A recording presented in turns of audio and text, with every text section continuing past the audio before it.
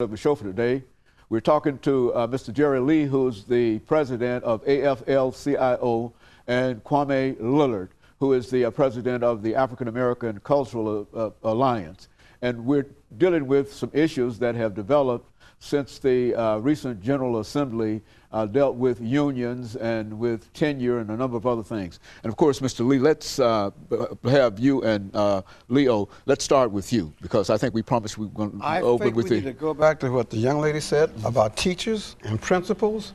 I saw a sign in North Carolina 30 years ago, huge billboard all down Highway 40, and it said, if you think education is expensive, try ignorance. And right now, it seems like many people who are in that state capital want to try ignorance. And we're not going to let them. Nobody I know, including that young lady, or her mother, or any decent parent, is going to let the legislator try ignorance from Tennessee.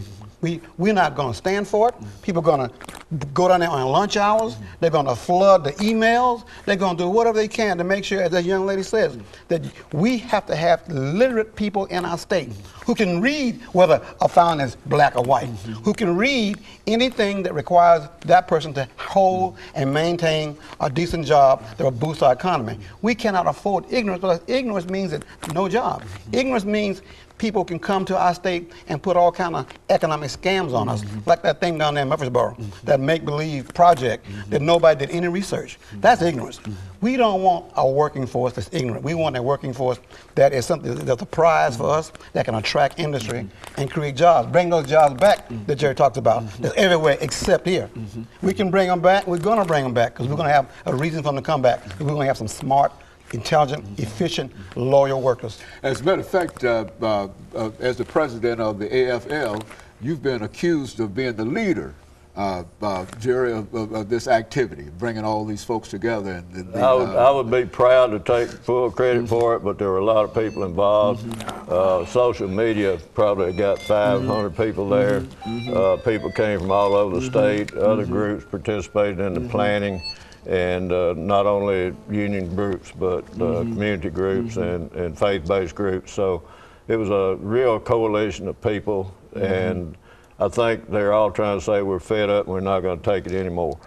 Some of these regressive laws that they're passing against unions to weaken unions, where, for instance, they're not going to allow for the employer to withhold the dues to pay them to the union. And when that happens and people start having to pay on their own, they're going to forget it. They're not going to be able to afford it this week, and it's going to weaken the unions in that manner financially.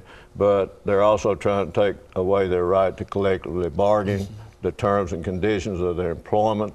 And it's just unconscionable. We've had those rights. Now, public employees don't really have the right to collectively bargain a contract. They can have a memorandum of understanding. But the fact is that teachers have had the right to a contract since 1978.